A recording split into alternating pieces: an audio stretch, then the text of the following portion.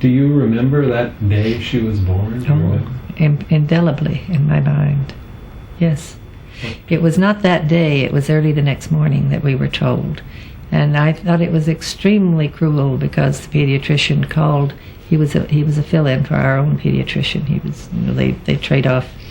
Called my husband at the office, told him about Susan, and said, "I thought maybe you'd like to be here when I tell your wife." Well, I thought it was very cruel of him to tell my husband on the phone. Is that supposed to be different? Is the father supposed to be different from the mother in emotions and feelings? But I've resented that all these years. I was in St. Mary's Hospital, and when they brought Anne into me, and they told me I couldn't nurse her, but they didn't tell me really why, and I had some suspicions that she looked strange. Then the pediatrician came in. I think he came in 3 times one day, and he sat and talked to me, and then he'd get up and go out. And then he'd sit and talk to me and go out, but he never said anything, Finally, the obstetrician called me and said, "Had your pediatrician talked to you about Anne?" And I said, "No." So he told me. About 2 weeks after he was born, everybody kept telling me how wonderful he was, and I thought so too. 2 weeks after he was born was Mother's Day, and we had a party at our house, and lots of friends over, and the doctor who had delivered Ned phoned me and said, "Happy Mother's Day," and I thanked him, and I was so thrilled. That was on a Sunday. The next morning, Monday, the same doctor called my husband at his office and said, "Your son is mentally retarded."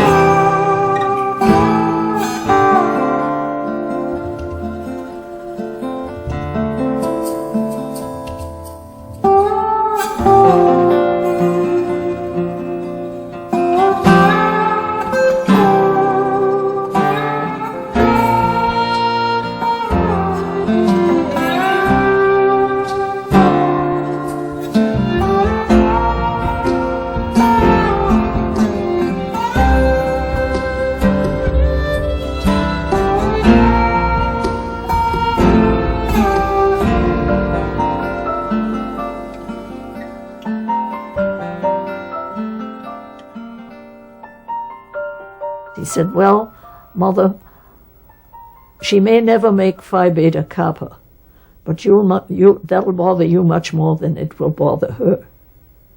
And that was as close as he came to giving me some kind of a diagnosis. Of all these doctors, there were 6 doctors that we had seen Ed and give their opinions to me over the phone. These are people who had never met me, nor my husband. Their only knowledge of us was having seen this little baby. And one doctor said to me fiercely, he said, "Take this baby to your breast, take it home and take care of it. This is your child, and God meant you to have this child, and this is God's way," and so forth. And another one, that same day, phoned me and said, "Don't bring your child home. If you do, you will be divorced from your husband. Put your child in a state institution immediately. Don't even come back to see the child."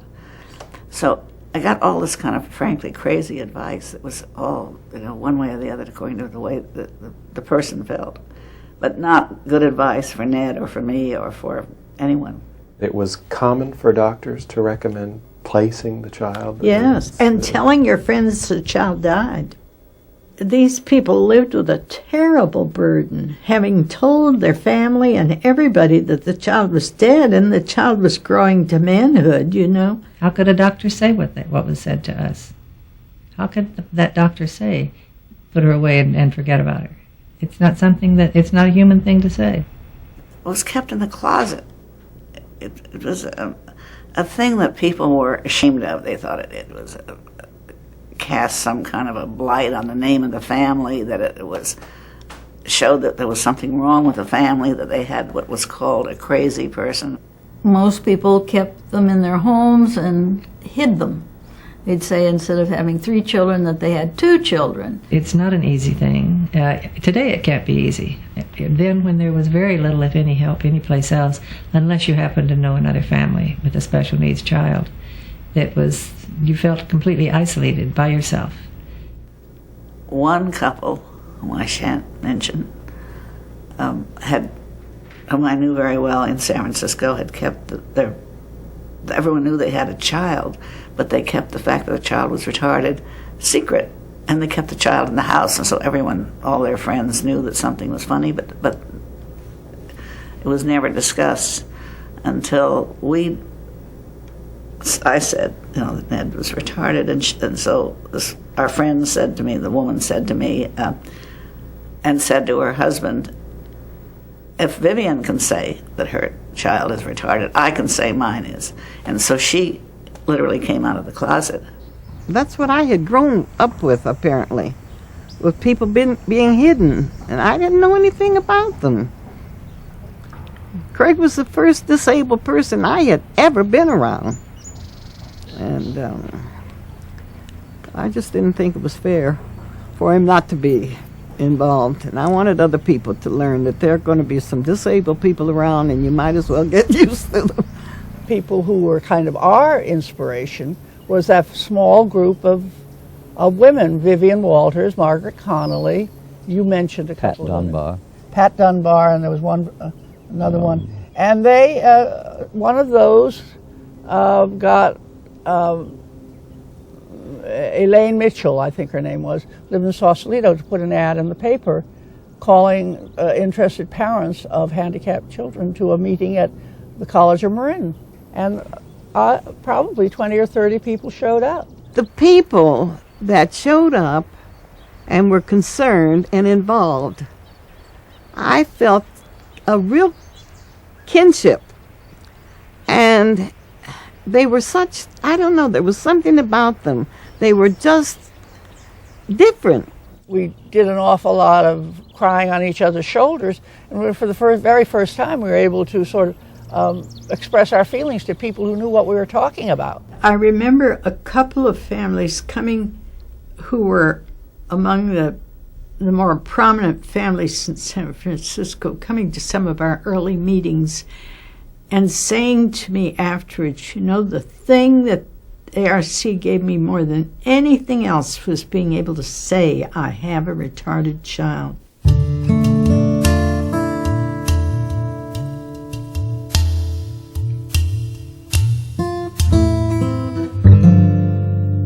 For a parent of a retarded child, there were only 2 options.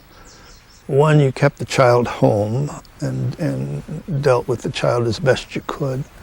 Or 2, you would institutionalize the child. There was nothing in between.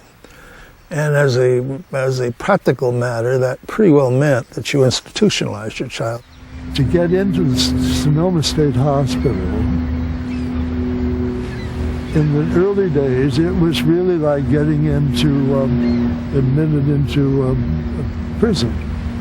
You were committed, and that means a legal step in the law with an attorney and a judge slapping the gavel and say, yes, you are eligible for Sonoma State Hospital, and you are now hereby committed under the laws of the state of California in perpetuity unless you're cured. Now, I'm not... And there's no cure for mental retardation. Right. But my first impression came when I was taking a class at San Francisco State and met a woman who said, shall I show you some of the wards? And instead of having lunch, we went and saw 2 places. One cottage had little girls, mostly little girls with Down syndrome. And my daughter Barbara doesn't have Down syndrome, but She was at home being tucked into bed, surrounded by her dolls and stuffed animals, and read to by her daddy. And there were these little kids who, when I came in, just sort of clustered around me, wanted to hug me, wanted to touch me, said, "Mama, Mama, Mama, Mama." And I guess that was in 59, actually, when I was going to school at San Francisco State, that I made up my mind that that was never going to happen to my daughter. I remember sitting in Sonoma, and there was like a little dining area, a place where patients could come and buy a candy bar and get a Coke or something like that. It was like a little luncheonette, and there were some tables, and I was sitting with some of the staff, interviewing them at one of the tables, and one of the patients who had come in for a candy bar or something suddenly fell to the floor and was having a grand mal seizure. And other patients rushed to his side and were sort of trying to comfort him. And the staff that I was sitting with around this table continued to talk to me and just sort of didn't seem to be paying any attention to what was happening. And I said, you know, why don't we stop now so you can take care of. And I was told that, well, that just showed how ignorant I was, that these patients often had seizures. It was just commonplace, and nothing bad would happen to them. It would only last, you know, a half a minute or so, and then it would be over. And somebody was already over there making sure that, you know, the person didn't bang their head too badly or whatever. And so it was okay. And I said, it really isn't okay. You know, if I were another patient and I saw you sitting here, you know, what message does that give me? That if I'm in trouble, you're not going to respond. State institutional systems are private, like prisons, and you can have a lot of abuses if nobody is watching. And I've seen abuses and stuff in other states as a consultant in this that are appalling, particularly when they were happening. You know, in the richest country the world has ever seen, you're doing really naughty things. Electroshock therapy, sometimes used for behavior control. Timeout rooms, as they were affectionately called, meant if you misbehaved, they strapped you naked on a gurney and put you in a locked room until you quieted down. You know, it wasn't too many years since the early 60s and late 50s, they were still hosing down people as a form of behavior control, putting them in hot and cold sheets to induce sleep as a form of behavior control. We were still doing frontal lobe lobotomies in the early 60s in California. Frightening stuff. I mean, it was right out of One Flew Over the Cuckoo's Nest. So these were not pretty places. These were not humane places to live.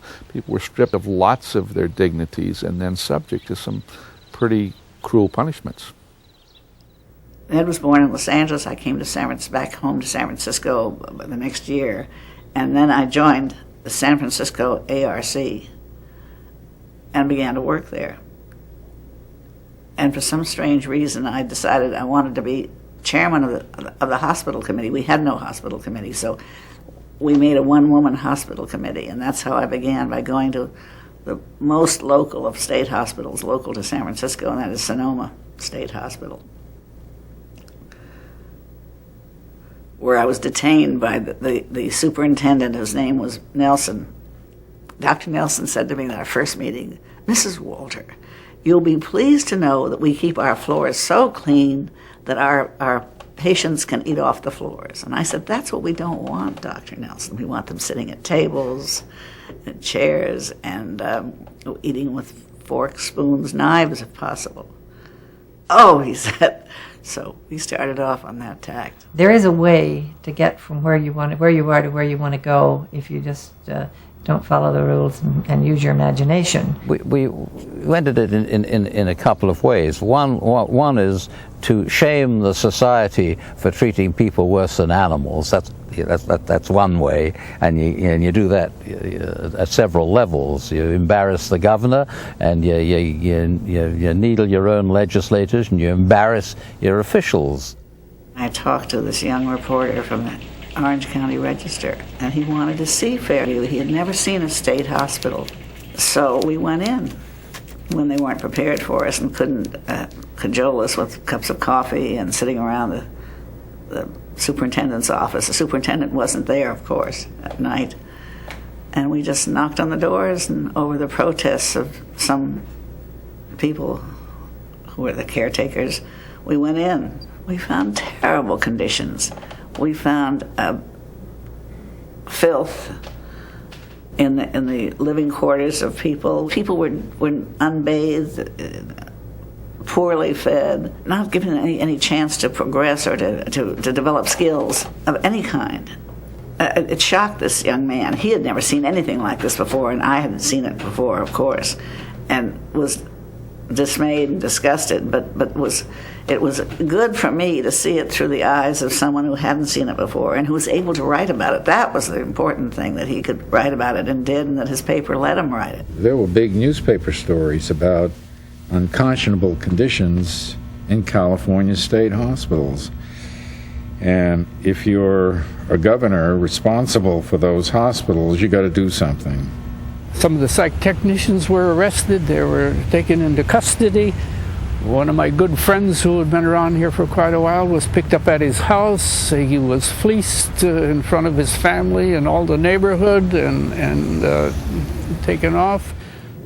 I had heard that the superintendent at Fairview, after you had gone there, resigned, right? Yeah. Yes. He resigned. He disappeared, whether he resigned or was let go, whichever. I'd also heard he died shortly thereafter. Oh, I don't know about that. I don't feel responsible for him. You don't? No, I don't. It was a bad day for Fairview. The effects of something like that live on for a long time afterwards.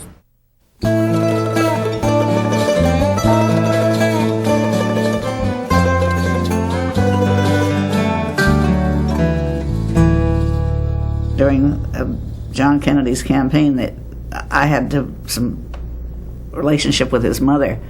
I did public relations then, and I arranged some parties and some things for Mrs. Kennedy, Sr. And she wouldn't mention that she had a retarded daughter. I talked to her about it privately, and I don't think she liked it, but she didn't mention it. And it wasn't until after he was elected that they came out with the fact that Rosemary, one of their daughters, had mental retardation. I don't know whether Mother would want me to say this or not, but anyway, she wasn't real happy with the fact that we had a disabled person in our family. But when she found out, and this is a shame, I shouldn't say this, but I think it's the truth, that, there are other people, who have disabled people. And among them were the Kennedys. And I think it was almost all right for us to have Craig. It made a huge difference in terms of giving hope, I think, to families, because now, with the President of the United States leading the drive and saying we've got to do something about mental retardation, it's a disgrace to have over 7 million people in this country living here without any kind of services, federal, state, or private. Hearings begin in the Senate this week on our bills to combat mental illness and mental retardation. Almost every American family at some stage will experience or has experienced a case of mental affliction, and we have to offer something more than crowded custodial care in our state institutions. He put the issue of mental retardation out as a public issue and set up a President's Commission on Mental Retardation. It has been tolerated too long. It has troubled our national conscience, but only as a problem unpleasant to mention, easy to postpone, and despairing of solution. The time has come for a great national effort. It was a special time in the nation. I mean, there were I mean, the winds of change were everywhere. It was an exciting time that we're going to get something done, and that's the way you have to have that kind of enthusiasm in politics, because there's always competition for your energies and for your time and for your emotions and for your dollars. And for the dollars. If you live in San Francisco, what you do is you keep track, obviously, of what's going on in Sacramento, and you get up very early on mornings, and you take the bus to Sacramento, and you go over to the senator or the assemblyman's office, and you, without becoming obnoxious, you hope, you have at them and keep at them. You go in and you beat on the table or whatever, you present your case to him. I knew Jess Unruh politically, and I would make sure that Jess knew I was interested in this. The speaker in those days, Jess Unruh, caused this committee to be established, the Subcommittee on Mental Health with Waldy, Lanterman, and Petrus. Jess was a person who felt deeply about political science issues, and particularly felt deeply about the legislative and executive branches of government. And he came in when the legislature was clearly the subordinate branch of government. In those days, the legislature met only every other year and had very little independent capability to conduct research, gather facts, and develop their own proposals for solving state problems. So he came in with a clear plan to bolster the capacity of the legislature. Everybody could be affected by the problem of mental retardation. It didn't cut, Democrat or Republican lines. So this was a good problem for the legislature to look at. And he appointed a committee, and they had 1 or 2 hearings, and then I came on board late in 1963.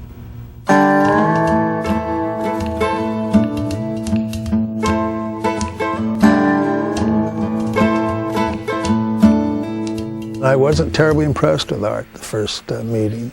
I remember my first meeting with Waldy. I came in, and he said, "Oh, you're the guy that Unruh hired." And I wasn't consulted as to whether he should be hired. I said, "Well, I will work for you, Mr. Waldy." And I wasn't part of the process in selecting him, which is somewhat the way Jess operated often. And he said, set up a hearing. And I said, well, on what? And he said, on the hospitals. We have to improve those hospitals. And I said, well, what will we ask? I mean, couldn't we find out a little bit for you? He said, well, yeah, sure, go ahead. Yeah. He thought that we should take a look at the entire mental health programs in California, particularly institutions. That's when we did the questionnaire to the hospitals. The hospitals were shocked when they got this questionnaire from the committee. I mean, asking all these questions and all sorts of issues. And I remember the director of the department at the time, he came into my office and he had a copy of this questionnaire, and he said, you can't be serious. He said, we can't do this. And I said, why not? He said, well, I mean, we have very busy staff. I mean, this would take a lot of time. And I said, well, the committee needs to know. And the committee, of course, was a subcommittee of Ways and Means, and Ways and Means controlled the budget. And so there was a lot of power. And he said, well, if you insist, you really need this. I said, we really need it. So he left.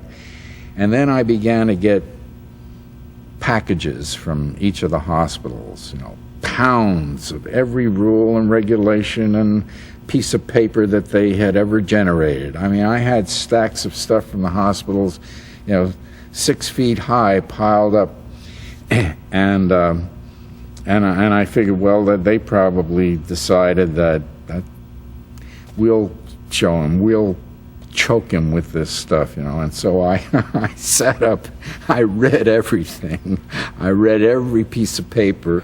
And then after all this information had come in, it was sifted through by Art and his staff and then presented to us. And we would then go to the particular institution and hold a hearing at the institution on site. We had done our homework. We knew a lot about their operations. We asked very good questions. It was apparent that the State Department of Mental Health was not running those hospitals, had very little influence with those hospitals. They were separate fiefdoms, and they each had their own way of doing things. So depending on which hospital you went to, you might or might not get education service. You might or might not get dysentery. So I think that was a very instructive hearing, and we also had testimony from parents who talked about their desires for an alternative system. We're here to speak for justice and humanity, for the legal and moral rights of 500,000 citizens of the state of California who, through no fault nor choice of their own, are mentally retarded. Among the most pathetic of this deprived group are almost 13,000 who are eking out a bare existence in our state hospitals. I'm getting mad. Vivian Walter testified and gave the parent perspective, and she was very articulate, very brilliant. She was beautiful, brilliant, and articulate. In a recent issue of a national magazine, Mrs. Eunice Shriver wrote, "Even today, many retarded are shut away, child and adult, in squalid institutions to waste their lives, staring blankly at the emptiness around them. I have seen sights that will haunt me all my life. If I had not seen them myself, I would never have believed that such conditions could exist in modern America, within sight of skyscrapers, suburbia, and freeways glittering with cars. I recall institutions in wealthy states where adults and children existed in crowded, bleak, foul-smelling, barrack-like wards, their unwashed clothes and blankets and rags." So wrote Mrs. Shriver. I wrote it because I felt that parents had been so poorly treated in this country. I thought it was outrageous that they had these children and nothing was happening. You said it made you angry, just starting. Yeah. Well, it makes, brings it all back to me, how angry I was then, and it makes me angry all over again, when I see these mental pictures of these things that Mrs. Eunice Shriver talks about. What do you see? I see people, as she said, I see people worse off than she saw them, in rags. I see them naked, and these foul-smelling wards with no furniture, nothing to sit on but the floor, the bare floor. Oh, it was hell. It was terrible.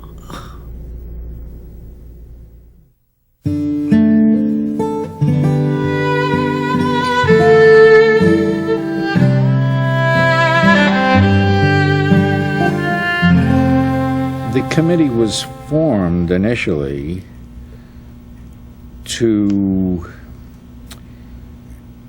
do something to fix the state hospital problem. It was only when they were into it for, a half a year or more that it became apparent that the issue was not how are we going to fix the hospitals, but the central issue was how are we going to create an alternative to the hospitals. One day I got a call from a guy by the name of Art Bolton, and he says, I'd like to attend one of your clinics someday. Yeah, Richard Koch was an instrumental figure in all of this. He was a very highly regarded pediatrician who understood not only the issues in diagnosis but also understood the service needs and worked very well with families. How do you do, Doctor? Hi, Jack. How are you? Fine. What is done here at the clinic? Well, the clinic is used to study mentally retarded children and their families over a period of years. We're interested in finding out the effect of the child on the family to better educate other physicians and medical students in the future. So this is an experimental clinic, really, where you're researching and finding out new developments in the field. That's correct. He had done some pioneering work. He had a traveling clinic that would go into rural areas and do diagnostic work. And doctor, could you give us a brief evaluation of anything that you ascertained from the test with Mary today? Well, Mary's testing today wasn't successful, but she was tired and irritable, and I know from her previous performance that actually Mary fits into a moderately retarded group of children. Could you interpret what this means in, I don't know, how do you do it, in months of development? Yes, well, this means that she'll be able to look after herself and care for herself and do some simple work sometime in the future. I think the most important thing is that we've reassured the parents that Mary will not disturb their whole household, and that she will respond to them as the parents respond to her. Art was really impressed with the fact that we would be willing to leave the children's hospital and go 75 miles and see patients. And the social worker and the public health nurse on our staff went out the day before, saw the families, got them oriented what was going to happen, and then the next day we would evaluate the children, and the psychologist would actually test the child, and we'd provide the service. But I realized very quickly after we got into this work that it was all well and good for us to spend all this time and energy. If the family couldn't carry out what we intended for them, then it was wasted. What was needed was the creation of a system, multidisciplinary, that, involved all of the psychological services, educational services, and so on that would be required. You needed access to all of that, and you needed it delivered in a way that was affordable. So that was what, that was the alternative system that had to be created. All these services were available in the state hospital. See, in the state hospital, you brought all of these disciplines together under one roof, and then, of course, the problem was, in order to get those services, everybody had to go into the state hospital.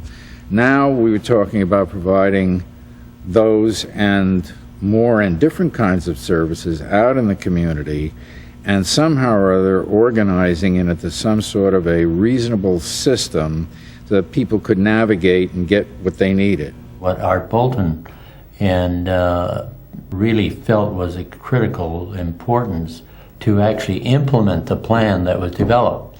And that was the concept that was developed for the regional centers.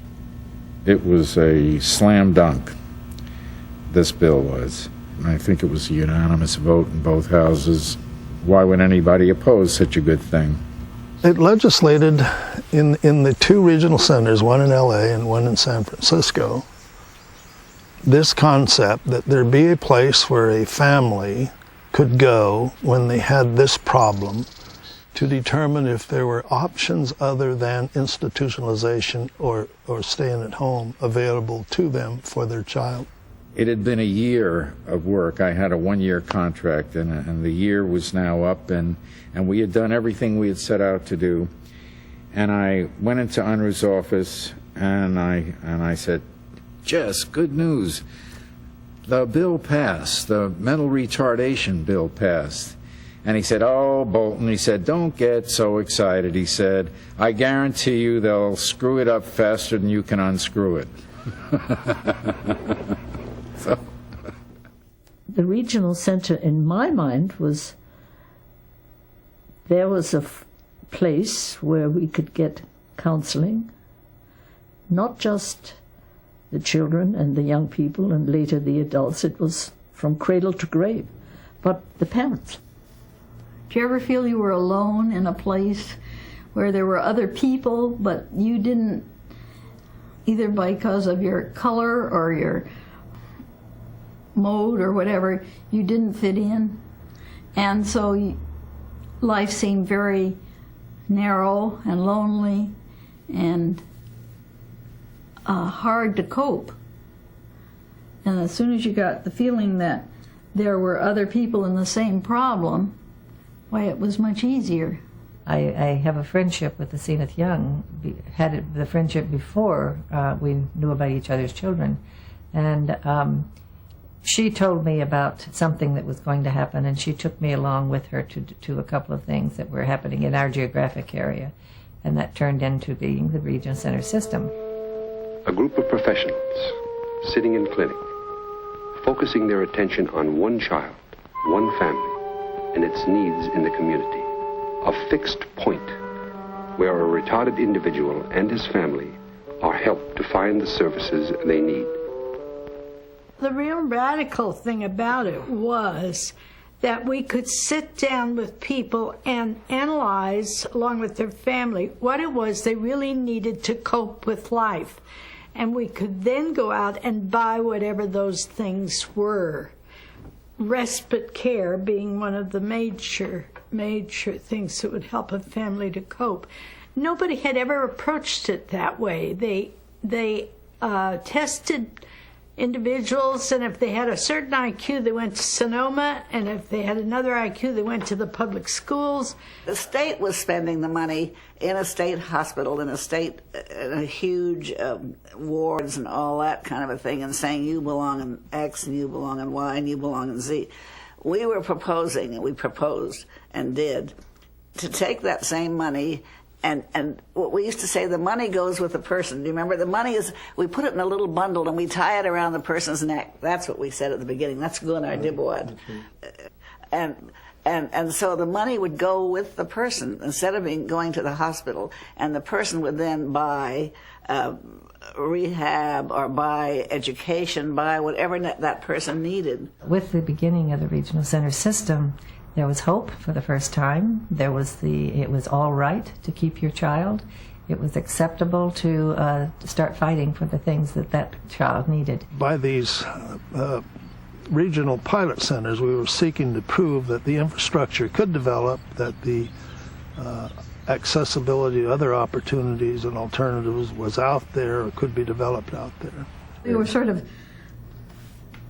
clearing away new paths to get the work done, get what we needed, and they didn't exist, so we had to work on it so that it did exist. In that first year, they saw, some 400 or 500 families who were on the waiting list at the state hospital, and only 25 or 30 got actually referred on to the state hospital, and they found suitable alternatives for all the rest.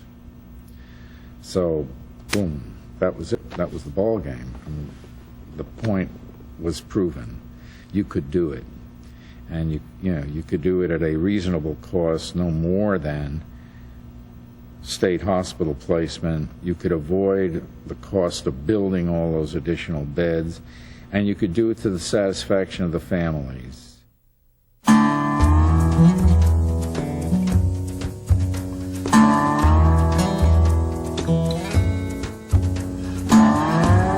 It's hard to be an overt enemy in this thing. It really is. I mean, you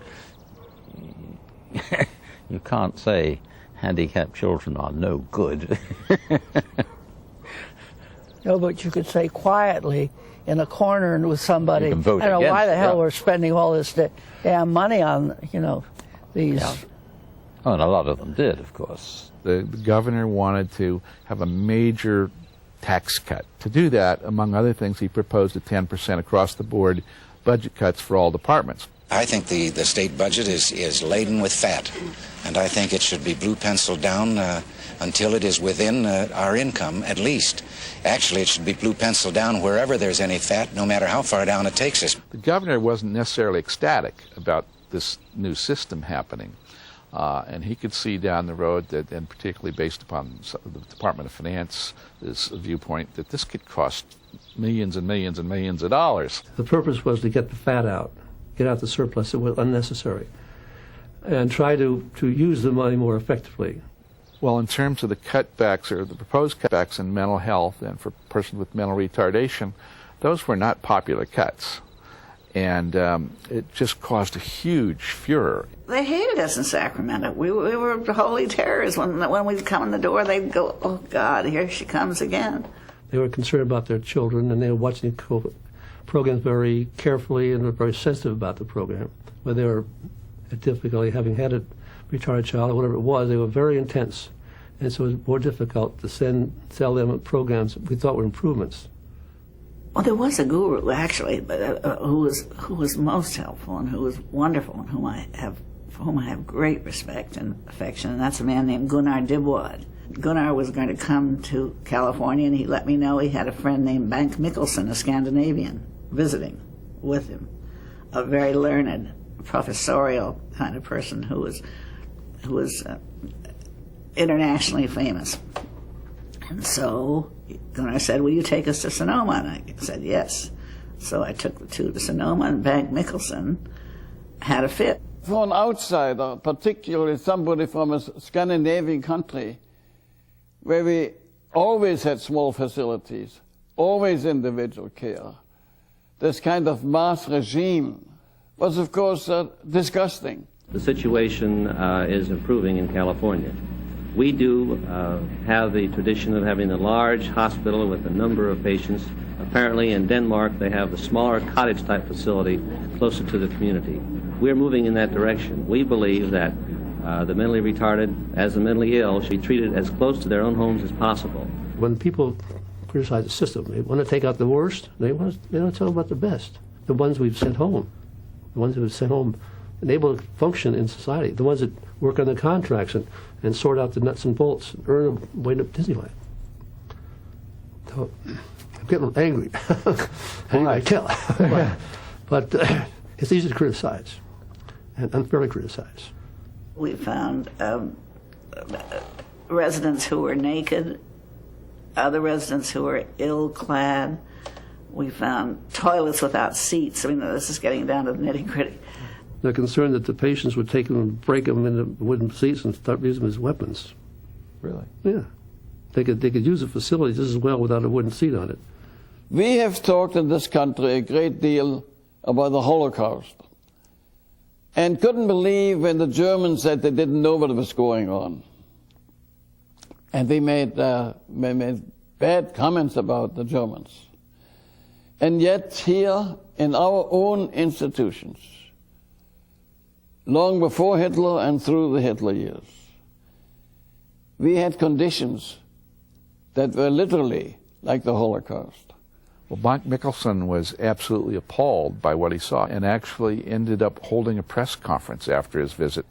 He just could not understand. It was beyond his imagination that human beings could be treated.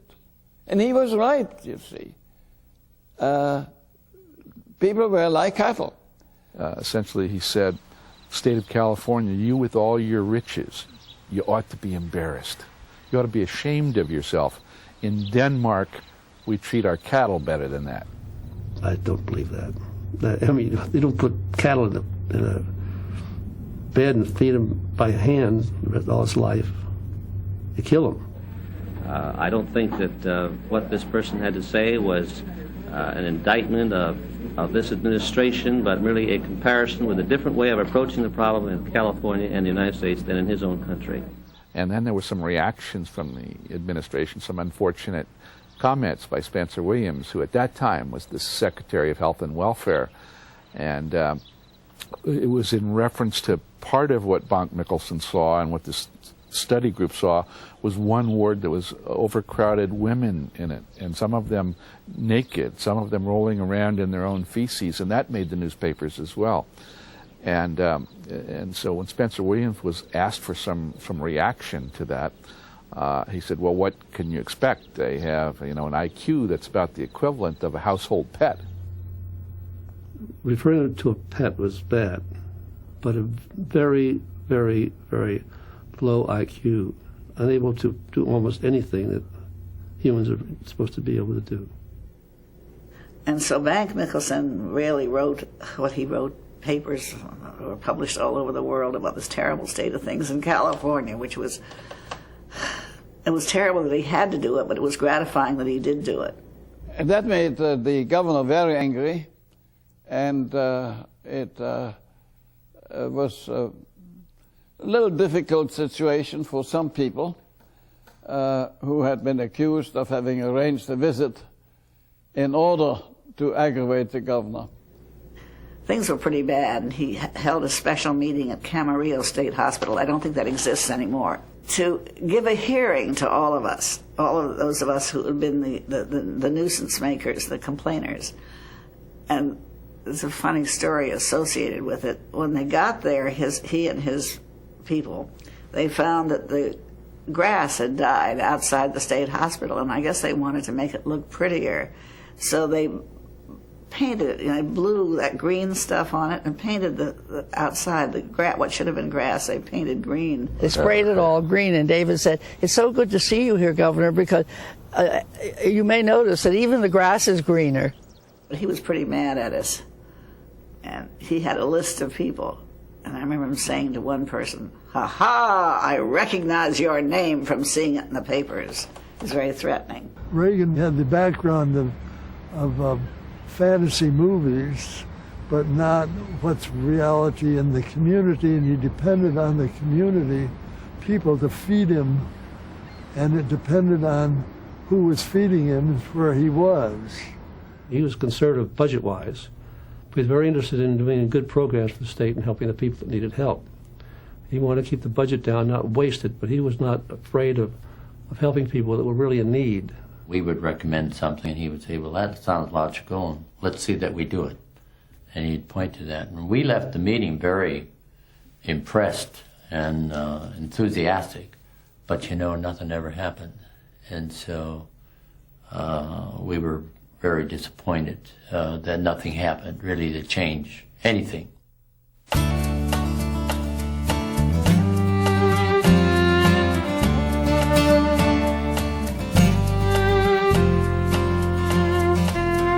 Governor was taking a lot of abuse in the press all over the state. Every newspaper were carrying stories on the cutbacks for the mentally ill and for the mentally retarded. There were legislative hearings where people with mental illness and people with mental retardation, people in wheelchairs would come forward with their advocates and family members and really blasted the cuts. I was persona non grata in Sacramento. I know that. The governor was very angry, and things just progressed from there, and we finally got around to Lanterman. Lanterman chaired the Powerful Ways and Means Committee. It was 2 years where the Republicans were in power, so Frank was the chairman of the committee. Why that was significant was that he had real clout with the governor. Frank Lanterman was an interesting man. Among other things, he lived at the Senator Hotel, which was the big hotel in Sacramento in those days. It is no more. When we really wanted to see Frank, we would hang around the lobby around 5 o'clock waiting for him to come home. And when he'd come home, we would hop in the elevator with him. And so we'd ride up, and we'd push the top button so he'd give us longer to ride, And we knew him, so we'd say, "Mr. Lanterman, hello," and he would say, "Hello, Margaret, hello, Vivian," whatever. And so, he was civil to us, but he really didn't want to talk to us, but he had to. We had him trapped in the elevator. Lanterman was very supportive of the parents. It was the parents who came to him in the first place. It was the parents who wanted those options. It was the parents that wanted programs right in their home communities rather than being on a waiting list to get into state institutions. I think Frank really got caught up in this whole business of mental retardation and the families. My instinctual feeling is that we loved him for what he was doing, and he needed that love, It became a very personal thing for him, very personal. He couldn't stomach these cuts. He essentially told the governor, this is crazy, you can't do this, and you're not going to have my support in getting your budget passed unless you restore these cuts. He was the governor's finance man in the legislature, and the governor was not going to cross him, so that what he wanted, he got. He had to carry the governor's budget proposals and shepherd it through the legislature. So Reagan needed to work with Lanterman, and Lanterman used that. I remember him on the phone one day. I was sitting in his office, and I think the governor called, and Lanterman was saying, "Now, Governor, fine, I'll take care of that. Now, my mental health budget." let's not let those pinheads in the Department of Finance mess this up. We need to have certain, it's very good, be very good, Governor, Lanterman pestered him every day, and eventually, essentially all of the cuts in the developmental disabilities arena were restored. Out of this, Frank Lanterman took hold, and he began the process of forming what turned out to be called the Lanterman Act. What the Lanterman Act really did was to say that there should be one regional center for every 1 million of California's population. And so it was going to go on and on and on, and it was going to therefore be a real threat to the state institutional system. As more and more money would go to this community system of care, it's got to come from someplace, and it was going to come from the downsizing of state institutions. We didn't have good relationships with the state employees as a result, because we were displacing state employees in terms of hiring, and so they felt their jobs were threatened.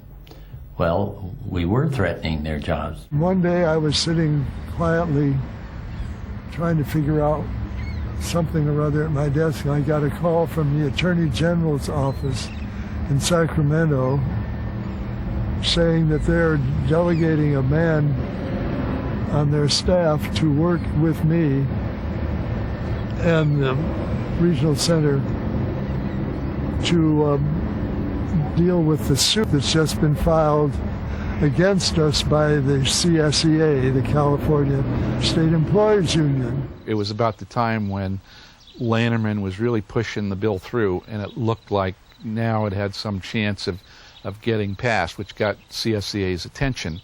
There is, and still is, the provision in the state constitution, which generally paraphrased says that if a particular service can be performed by a civil servant, it must be performed by a civil servant. I remember testifying mostly to the effect that if we had to hire state employees as a regional center, we really were becoming a state agency and we weren't part of the community. I remember sitting in the audience while he testified, and the woman in back of me tapped me on the shoulder and said, "He's doing very well, don't get so tense." Because I was just tightening up everything. Why were you so tense? Because it needed this to go on, and I was afraid they'd stop it. Could have. Why were you afraid? Well, you can't depend on the government too much to come through with the things you need. It couldn't have worked if the Lanterman Act was stopped, because the option and what the employees union wanted was for the state to run those regional offices. Lanterman found fault with that in that he really thought that community-based boards were the best alternative, so that there would be local control, a real buy-in. He wanted a buy-in, particularly by the parents. You got a whole lot of civil rights things here that transcend everything else, and they're not easy to resolve. It's a matter of weighing one social interest against another and deciding which one is going to be paramount. I believe enough has been shown to demonstrate that the Waldy Bill is not a device to weaken or destroy or evade or subvert the effectiveness of the civil service system.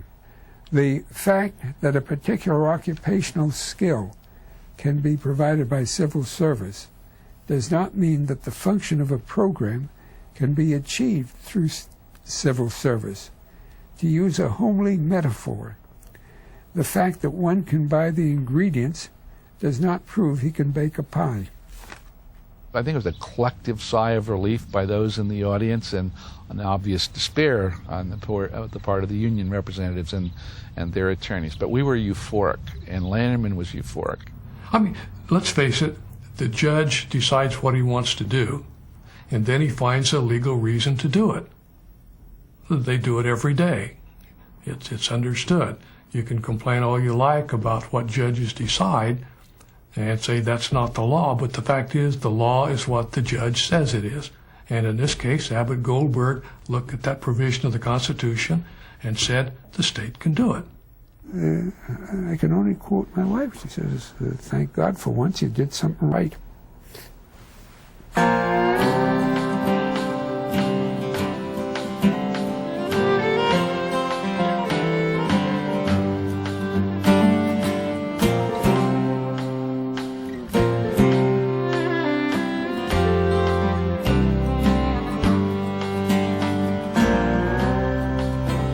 I'm here in the community, I like it.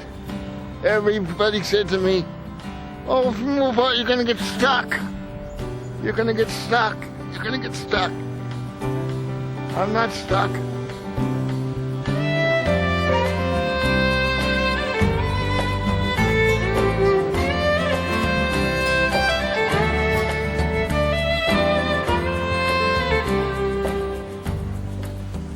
Why'd you want to join the church? Because as a family, they don't discriminate. Why is that important to you? Because people should come to church and not be discriminated against, no matter what color, handicapped, or white. Everybody has a right to talk to God, no matter what.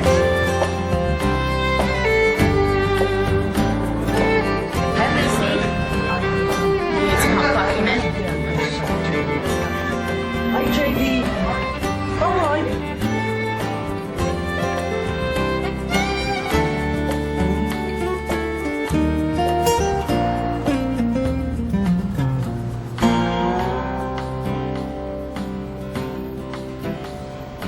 Hopefully, I can continue working here because psychologically, very good for me.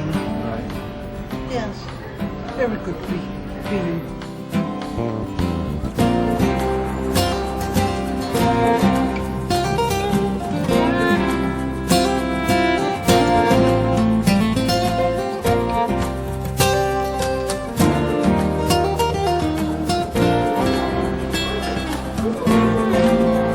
This place is the most wonderful place to come to, and we have, I mean, it's a nice place. I mean, I wouldn't want to go nowhere else. If we decide to remodel and then we have to be out a couple of months, fine. And this is what this place is about, is creativeness. It's not about nothing else. When you look back at all this, at all that you've done, do you feel like you've changed the world? Oh, yes. I mean, if things were the way they were when he was born, it would be a disaster. I would be terrified. The work that the regional centers do is to humanize these people. And then so doing, humanize the parents and humanize the larger community. Luce, what do you think about what your parents did? What do you think about all of these? Oh, it's fun. They did the best they can. Maybe they want the proof. Maybe they want the perfect. We are not perfect. We are not perfect. We all have ups and downs.